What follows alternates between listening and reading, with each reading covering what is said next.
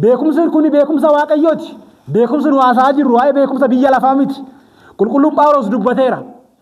Tokkoffaa Qorontos boqonnaa 1:20 irratti ogeessis eessa jira? Beekanis eessa jira jedhe.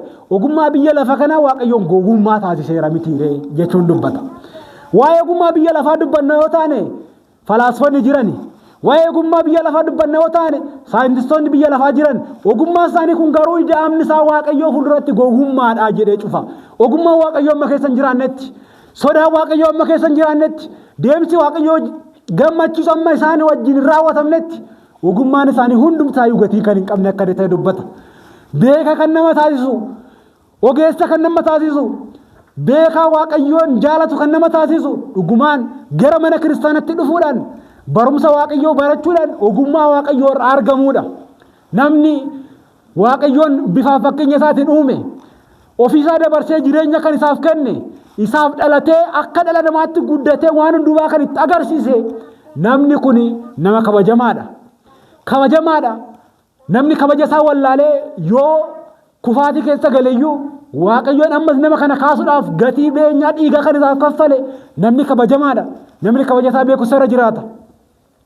Namni guutuu ta'ee jiraachuudhaaf jalqaba irratti Waaqayyoo beekuun dirqama. Waaqayyoon nama beekuu hin dandeenyeen ogeessa jechuun beeka jechuun hin danda'amu. Namichi kun guyyaa kanatti waa'ee Waaqayyoo dubbachuu danda'eera. Kiristoos na fayyiseedhee waa'ee fayyisummaa Kiristoos ifatti dubbachuu danda'eera. Kiristoos Waaqayyoo kan ta'e haadha keenya qulqulleetti dubroo Maaramiirraa foon isheerraa foon lubbuu isheerraa lubbuu fudhatee kan dhalate biyya lafaarratti akka daa'imaatti suuta suutan kan guddate deemsa jireenya dhala namaa fakkaatuun guddatee dhala namaa hundumaa bilisa baasuudhaaf Daabiloos garbicha Daabiloos taanee kan jiraanne garbimmaa Daabiloos jalaa nu baasee bilisa baasee ijoollee isaa kan nu taasifate. Abbaa jennee hafuura ijoollummaa ittiin isa waammannu kan nuuf laate.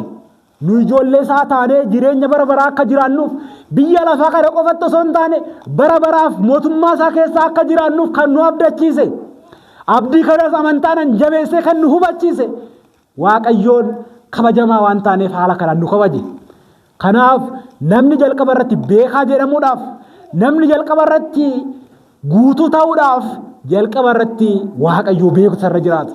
Nuti Waaqayyoo beeknerraa nuti Waaqayyoon akka nu ajajjutti jiraachaa jirra. Waan Waaqayyoon nurraa barbaadu raawwachaa guutaa jirra. Of gaafachuun barbaachisaadha. Jireenyi keenya Waaqayyoo gammachiisaa jira. Moo waan biyya lafaa kan ta'e hin qabamnee Waaqayyoo daganneerra. Mana Waaqayyootti dhufnee tajaajilaa jirra. Waan nurraa barbaachisu mana Waaqayyootiif gochaa jirra. Deemsi keenya dhugumaan Waaqayyoo beekuu yoo ta'e Waaqayyoo waan gammachiisu raawwachuudhaan Waaqayyoo beekuun seera Waaqayyoo eeguudhaan Waaqayyoo beekuun Waaqayyoo wajjin ba'anii galuudhaan deemsi keenya jireenyi keenya Waaqayyootti hidhamee jiraachuudhaan dhugumaan nuti Waaqayyoo beekna kan jedhuuf gaafachuun barbaachisaadha. Nuti Waaqayyoon jaalala isaa akka sanatti eeganuuf calaqqisiise. Nuti immoo Waaqayyoon ofii isaa dabarsee hangalaachuutti eeganu jaalate. Ofii isaatti du'ee nu jiraachisuutti akka kanatti eeganu jaalate. Ofii isaa dabarsee nu jiraachisuudhaaf eeganu jaalate. Nuti immoo jaalala Waaqayyoo maaliidhaan ibsuu dandeenya? Maal goone jaalala isaa ofirraa baasuu hin danda'ama? Bara keenya guutuu osoo waan barbaanne raawwanne, bara keenya guutuu osoo aarsaa barbaanne kaffallee oolmaa Waaqayyoo baasuun hin danda'amu. Jaalala mucummaatiif garuu yeroo hundumaa mana keessa jiraannee aarsaa barbaachisu Waaqayyoo dhiyeessaa jiraachuun dirqama keenya. Nuti ijoollee Waaqayyoo yoo taane Waaqayyoon nu jaalachiisaatiin ofii dabarsee eeganuuf laate nuti waan biyya lafaa kan ta'e waan inni nu kennerraa mana qulqullummaatiif kennuun akkasumas immoo tajaajila inni tajaajilaa mana isaatti dhufnee tajaajiluun rakkoo nuti ta'uun isarra hin jiraatu. Saba Waaqayyoo kan taane kan kanaaf fo'atame nama qofaadha. Uumamtoonni kan isaanii bineeldonni beeknu uumamtoota 22 keessaa addatti ulfina kanaaf kan kabajame dhala namaati. Mootummaa Waaqayyoo keessas bara baraaf gammachuudhaan kan jiraatu dhala namaati. Horiin irraa agarru, mukkeen irraa agarru, biyya lafaa irratti bineensonni irra jiran kun hundum isaanii barbadaa'anii badu. Jireenya bara baraa hin qaban. Namni horii irra inni horsiisatti jiru kun bara gooftaan keenya Yesuus Kiristoos addunyaa kana dabarsuu dhufutti lubbuun isaanii kan baddu ta'a malee bara baraaf kan jiraattu miti. Namni garuu kabajamaadha. Waaqayyoon jalqabuma irra gaafa nu uumu hafuura jireenya nutti baafateetu bara baraaf jiraachuu akka dandeenyuuf nu uume.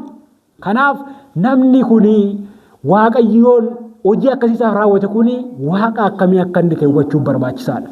Egaa Waaqayyoo hubatee boodatti namni kun guutuu ta'uu danda'a. Namni kun beekumsa waaqayyoo yoo qabaate beekumsa waaqayyoon isaaf kenne sana nama guutuu ta'ee nama beekaa ta'ee jiraachuu danda'a.